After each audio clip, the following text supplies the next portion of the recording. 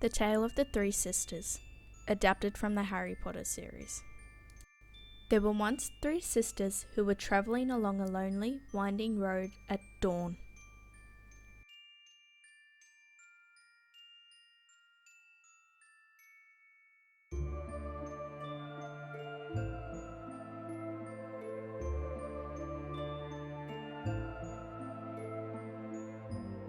In time, the sisters reached a river too deep to wade through and too dangerous to swim across. However, these sisters were learned in the magical arts, and so they simply waved their wands and made a bridge appear across the treacherous water.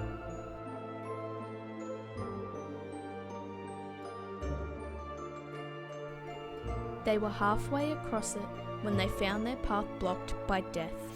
She was angry that she had been cheated out of 3 new victims. But Death was cunning.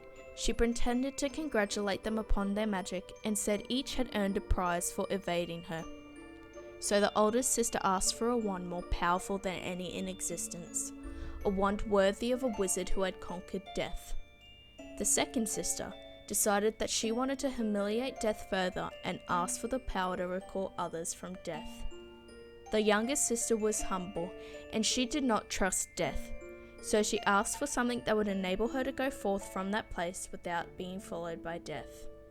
And Death, most unwillingly, handed over his own cloak of invisibility. Death stood aside and allowed the 3 sisters to continue on their way, and they did so, admiring Death's gifts. In due course, the sisters separated, each for her own destination.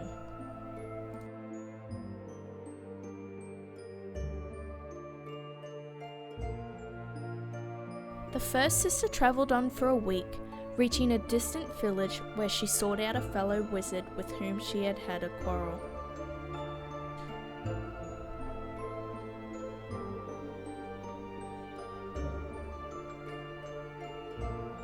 Naturally, with the elder wand as her weapon, she could not fail to win the duel that followed.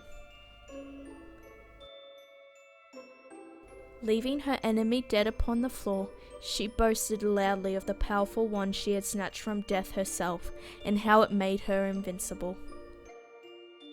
That very night, another wizard crept upon the older sister as she lay wine-sodden upon her bed. The thief took the wand, and for good measure, slit the older sister's throat.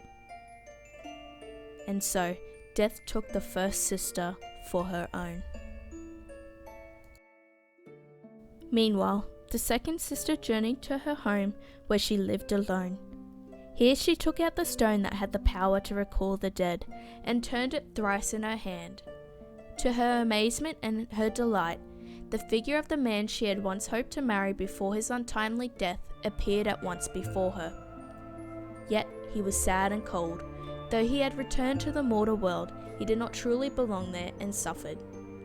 Finally, the second sister, driven with mad, hopeless longing, killed herself so as to truly join him. And so, Death took the second sister for her own.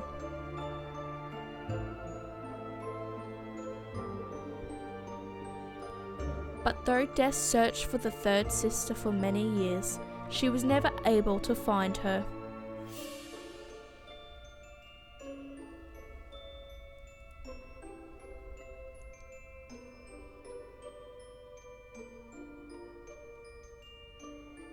It was only after she attained a great age that the youngest sister finally took off the cloak of invisibility and gave it to her daughter. And then she greeted Death as an old friend and went with her gladly. As equals, they departed this life.